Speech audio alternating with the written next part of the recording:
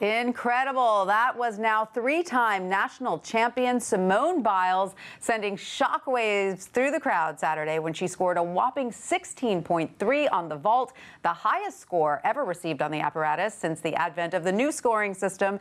And in the sport of gymnastics, where a perfect 10 is a thing of the past, this is a pretty big deal. Joining us now to discuss is WSJ's Louise Radnofsky. Louise, thanks so much for being with us. In gymnastics, as we know, every 10th matters.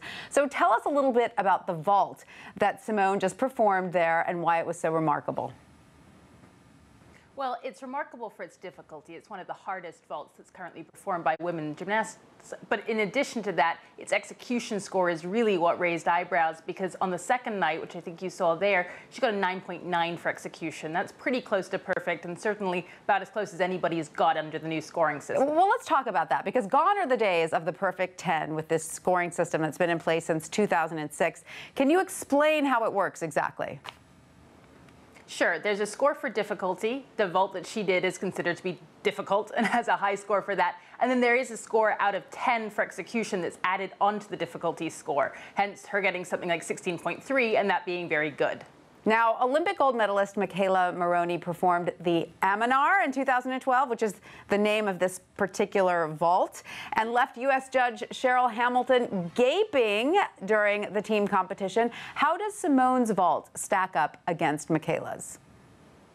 Officially on execution, Maroney's vault was slightly less highly scored than Biles's was. Now, there may be a home field advantage for performing in the United States.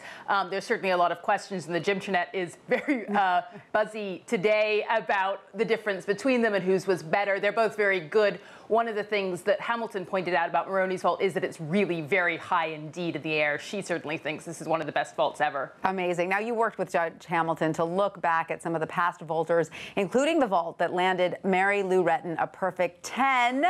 Tell us about that one. What does she say about how the sport has evolved, and would that bring in a 10 today?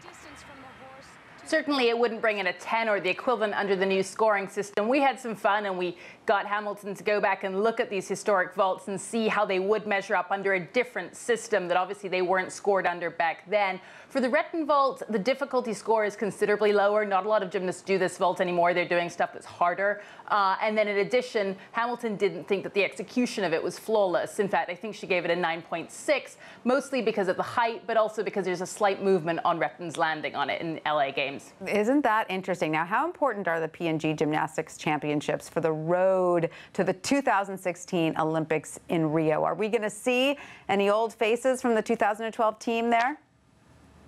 Maybe. The atmosphere, certainly in Indianapolis, the championships was electric. It felt almost like an Olympic trials, and Olympic trials is still a long way away. The U.S. gymnasts have to get through the World Championships in Glasgow this fall. They have U.S. Championships next year. They have Olympic trials then as well. And we actually asked Biles' coach about this, because it's really quite a knife edge to be this good this far out from the games still, and she said that her priority was keeping Biles injury-free in the next year, and certainly that's a priority for all the other gymnasts as well. So we saw Ali Raceman back, we saw Gabby Douglas back, Kyla Ross is also still there competing. They didn't have anywhere near as good a night as Biles, but they are there, and Mark Gurley is certainly watching them as potential contenders for the national team. Well, it looks like it's shaping up to be a very exciting Olympics for Team USA. We can't wait. Thank you so much, Louise, for that.